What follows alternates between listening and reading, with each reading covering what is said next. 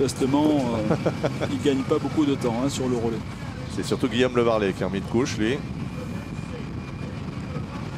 Alors, ils sentent bien que vous avez vu la différence de vélocité entre les deux. On sent bien qu'il y a il reste un peu plus d'énergie chez l'Australien. Il est peut-être en train de réaliser un sacré numéro là, Simon Gerrans. S'il est capable d'aller au bout après avoir attaqué à plus de 26 km de l'arrivée,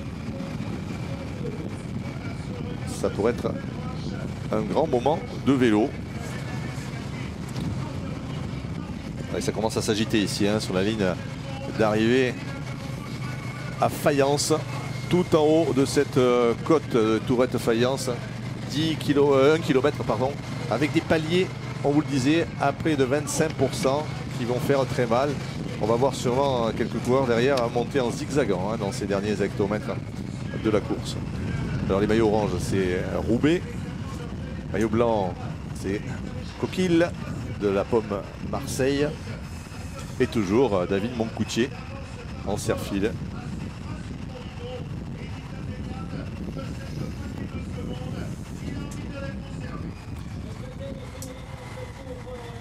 Hubert Dupont, tiens, deuxième meilleur français sur le dernier Tour d'Italie, avec son ami John Gadret, qui finalement est sur le podium après le déclassement d'un certain Contador. Alors est-ce que ça visse là? Visser veut dire rouler à fond. Pas plus que ça, non. Non, ce qui est étonnant d'ailleurs, c'est qu'on a Simon Gerrans devant et finalement ça ne s'organise pas. Et j'ai l'impression qu'ils prennent encore du temps. Là, ils vont commencer Montauroux. Là on a tourné à gauche. Ouais, je pense que le plus dur est fait pour les échapper maintenant. Eh oui, il y a un écart. La grande nationale avec beaucoup de visibilité. Là, on va attaquer les contreforts de Montauroux. Ils sont pas loin, mais ça va imposer, à mon avis, aux gens du peloton un effort violent pour essayer de revenir à l'avant. Et on sera tout à fait dans la phase finale. Donc, Simon Gerrans, là, se pose pas de questions. Et c'est peut-être lui qui a raison.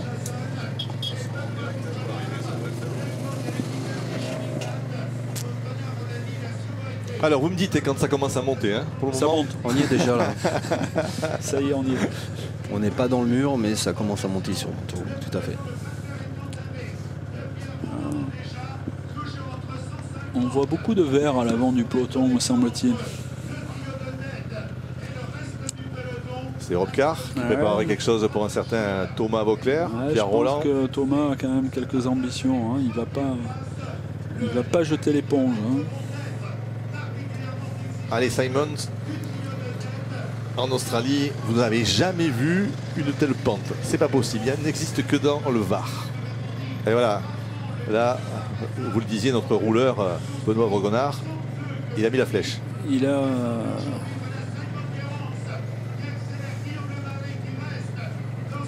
s'arrête. Alors Guillaume Le Varlet, lui, qui continue à prendre des relais. Oh, ça revient très vite. Derrière c'est Thomas. Thomas Vauclair. On dirait que c'est Thomas. C'est un petit peu son allure.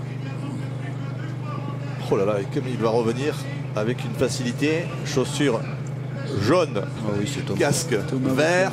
Thomas Vauclair. Bien protégé par ses équipiers. Est-ce que c'est Pierre Roland derrière? Voilà. Eh bien, vous avez vu ça en quelques centaines de mètres là. Je suis là.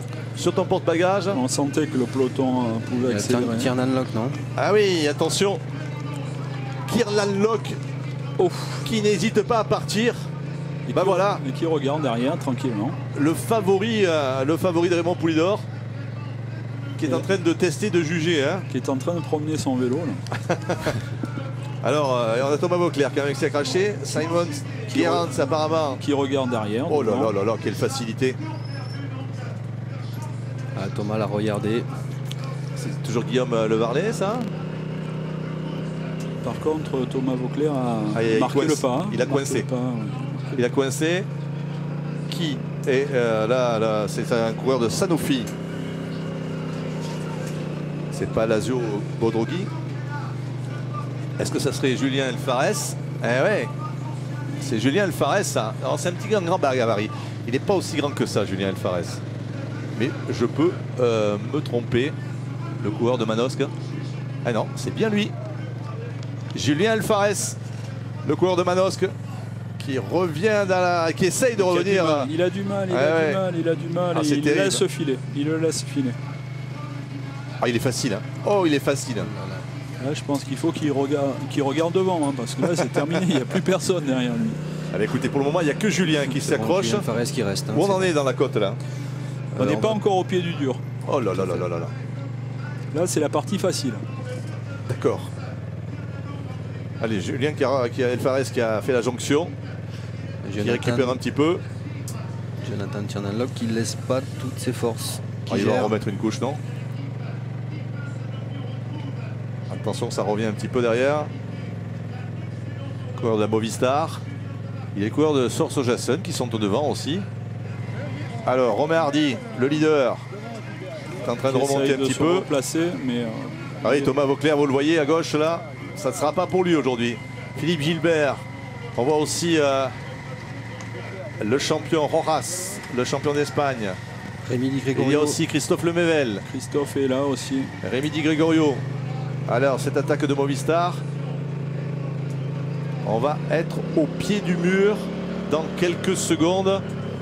Julien Alfarès qui récupère. Ah, c'est dur, hein. C'est dur. Et c'est au pied du mur, quoi. Qu'on voit le maçon. Regardez ça. Regardez quelle facilité. C'est au pied du mur qu'on voit le grimpeur. Ce Jonathan Tiernan-Lok. Je vous rappelle, il a remporté 2 étapes et le classement général de Tour méditerranéen. Il sait pas s'il doit attaquer ou s'il doit lâcher ses copains au... Mais là, il a l'air d'une facilité. Il se met devant et... Ces coureurs qui vont basculer quand même là-haut. Alors, il y a un FDJ, ouais, Thomas est un petit peu dans le dur avec David Moncoutier. Vous m'aviez parlé d'une bagarre entre Vauclair et Moncoutier. Hein. J'ai bien noté, Fabrice.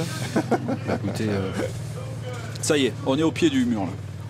On est même plus que au pied, on est dans le mur avec les routes étroites. Ouais, on est au pied. On est au pied. Il faudrait arriver à identifier ce Movistar. Est-ce que c'est pas Visconti, le champion d'Italie? Madrazo non plus, Amador, Ventozzo. Oh là là.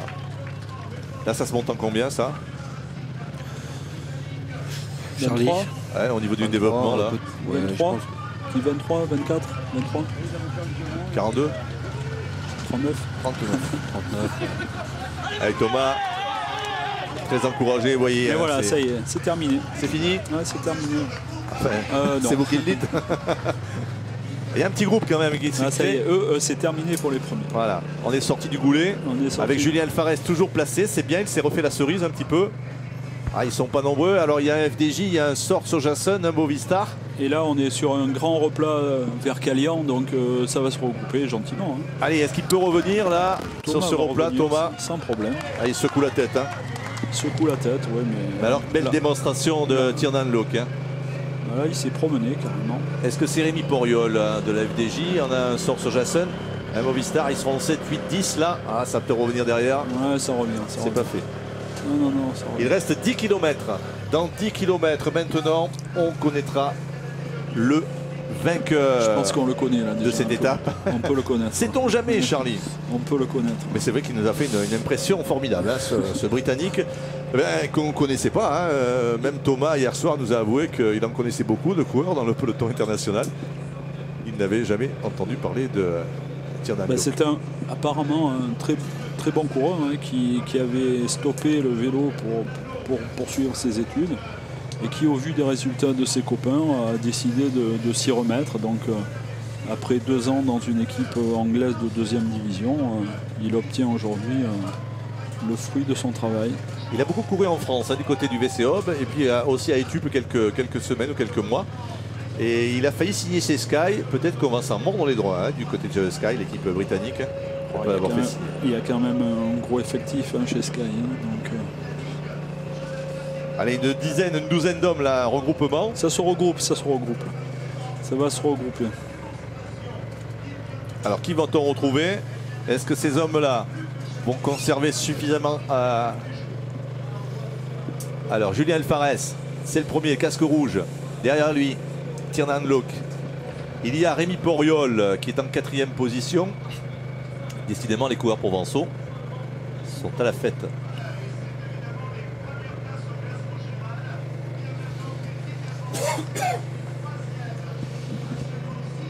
Allez, une douzaine d'hommes. Là, c'est descend pour le moment, c'est ça, Fabrice?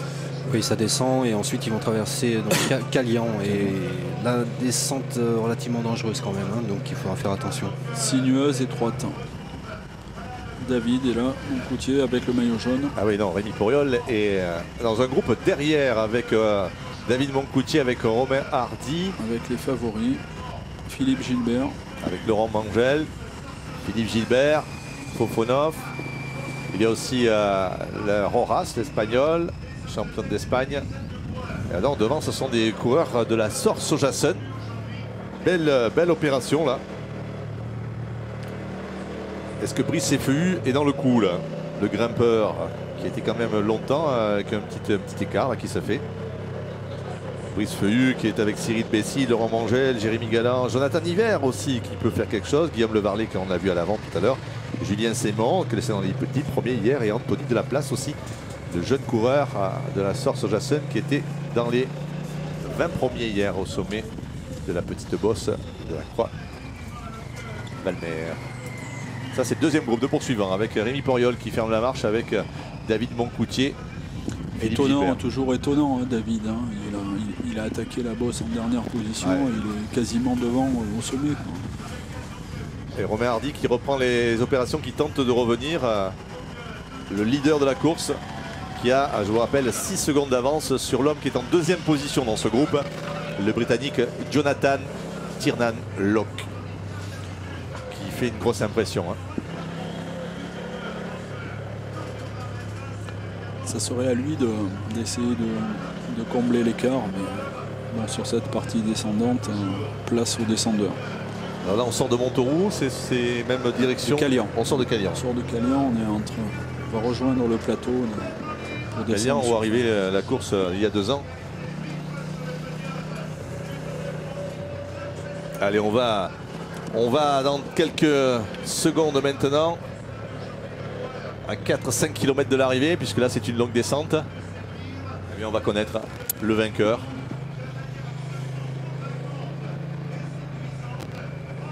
Un beau suspense, même si pour beaucoup maintenant le grand favori est ce Britannique Jonathan Tiernan Lok, en 2e position actuellement, toujours devant de la course, derrière un coureur de la Sors-Sojasun. Est-ce que c'est Guillaume Levarlet qui a été tout à l'heure à ses côtés? Il y a aussi dans ce groupe Julien Elfares, le coureur de Manosque.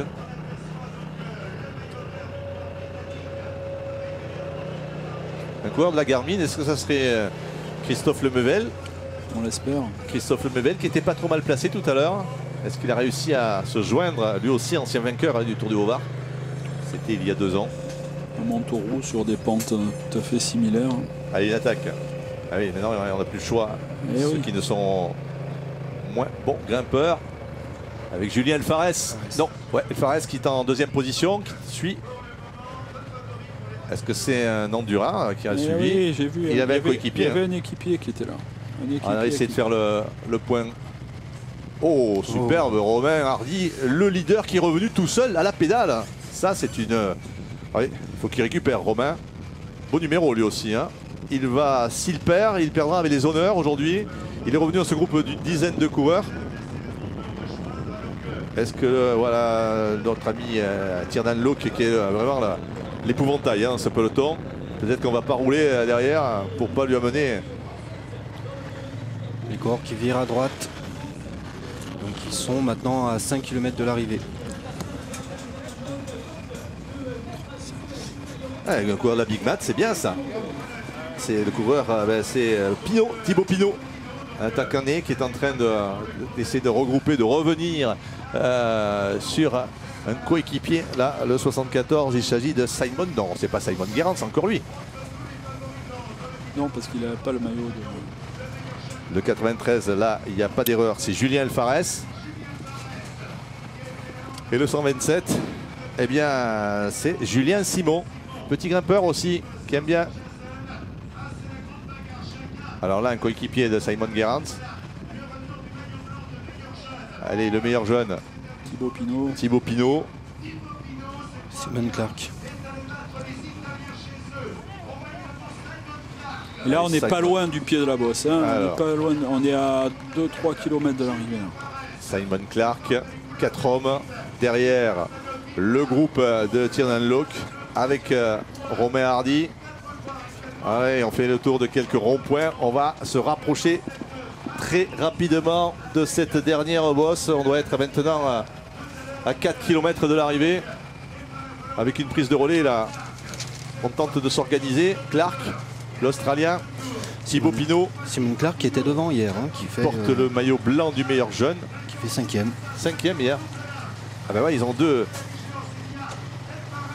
plusieurs cartes, les Green Edge. Eh oui. Julien Simon, petit grimpeur aussi. Et Julien Elfares. Julien Elfares qui fait tout, il grimpe, il sprint, petit gabarit qu'on a vu à l'attaque dans Bessèges, qu'on a vu à l'attaque dans le Tour méditerranéen, qui aimerait bien en décrocher une belle. Mais de 1. Ah oui, là il n'en peut plus, Clark. Il secoue la tête. Il fait semblant. Ouais. Ils sont malins ces Australiens. Et là ça, un petit faux plat. Eh bien, mon Coutier qui est revenu aussi. Gilbert, ça, il y a eu un petit regroupement. Il y avait 2 petits groupes derrière. Donc on est revenu sur le groupe maillot jaune et du groupe de Tiernan Look. Mais les actions de Fabrice remontent, hein, puisque David est il manque Vauclair. Il manque Vauclair. Mais David est revenu. Donc là, je ne sais pas si on a vu le panneau des 5 km, mais en tout cas, on est vraiment très près. Hein. Très près du pied. Allez, on est à 2 km de l'arrivée, là. 2 km de l'arrivée. Avec ces 4 hommes, il y a 3 Français. Julien Simon, Julien Elfares, le coureur de Manosque. Il y a l'Australien Simon Clark. Et le 4e coureur, c'est Thibaut Pinot de la FDJ. Ah, ils ont fait un petit trou, hein. Ils ont fait un petit trou, ces 4 hommes. Derrière, on se regarde un peu. Simon Clark et Elfares qui sont dans le même temps au classement général. Ah oui, il va y avoir une belle bagarre là.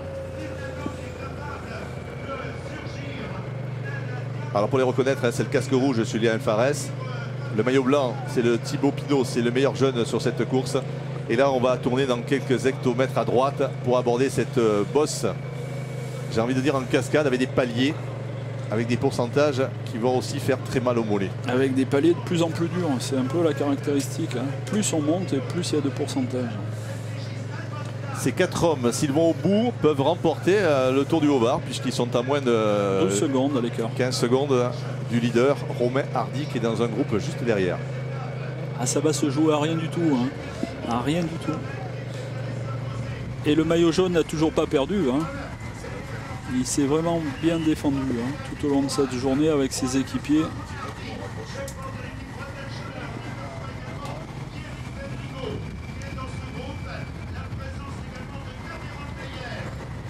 Un gros groupe derrière, ils sont une vingtaine, 25. Allez, Julien.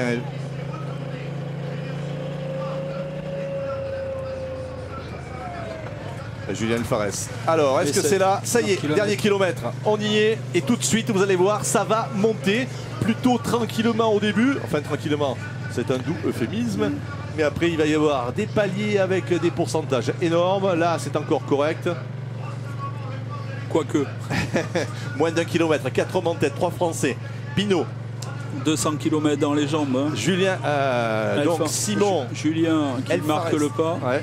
Elfares là qui pioche un petit peu. Clark aussi. Et il est facile, Julien Simon. Ah, il est pas mal, hein.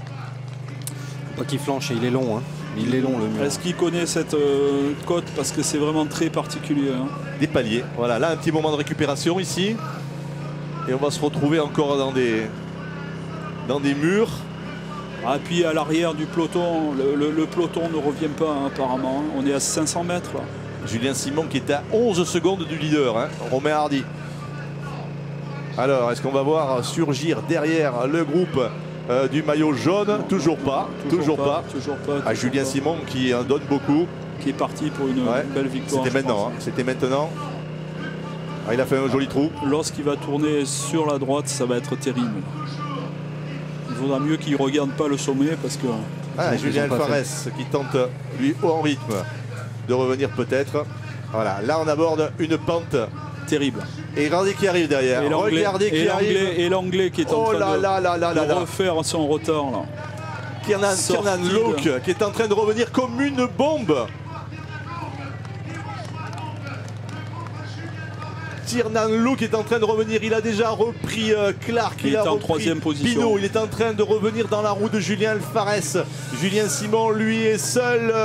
Maintenant, devant ses responsabilités, ça va être difficile. Les 200 derniers mètres sont plats. Hein. Donc, il y a encore 100 mètres de dur. Là. Allez, 100 mètres de dur. C'est là, il y a un palier. Là. C'est là le plus dur. S'il passe encore 50 mètres, il a gagné. C'est la partie la plus pentue. L'anglais marque le pas un petit peu hein, quand même, hein, derrière. Hein. S'il passe épingle à 100 mètres, non, il a gagné. Là, je pense que le plus dur est fait. Là. S'il arrive à basculer là... Oh là là, c'est dur, que c'est terrible, Ils vont passer. Que c'est terrible. Ils vont passer. Ah, l'anglais n'a pas perdu encore. Ouais, c'est le moment. L'anglais n'a pas perdu. Difficile. Allez, on va laisser l'église à gauche. Une épingle à cheveux, et c'est l'arrivée. Julien Simon avec Tiernan Look et Julien Alfarès qui s'accroche aussi. Moins de 100 mètres. 100 mètres. Regardez un petit peu, on est presque à l'arrêt dans ces dernières pentes. Ah, c'est l'anglais qui est passé. Tiernan Look. Attention, il y a un petit faux plat encore derrière. Ça monte moins ici, il faut s'accrocher. On vient de laisser à droite l'église. Ça va être plus facile. Il y a une épingle à cheveux, mais il a fait le trou. Il a fait le trou. Julien Alfarès tente bien de revenir. Il reste environ 50 mètres là. Un virage à gauche, c'est la ligne d'arrivée. Est-ce qu'on est capable de revenir sur lui?